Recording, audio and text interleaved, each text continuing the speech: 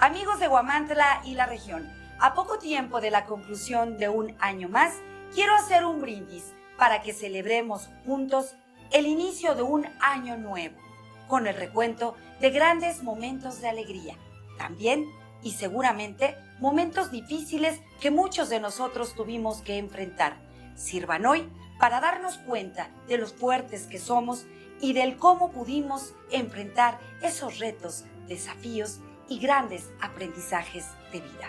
Unámonos todos juntos para celebrar el próximo 2026. Muchas felicidades.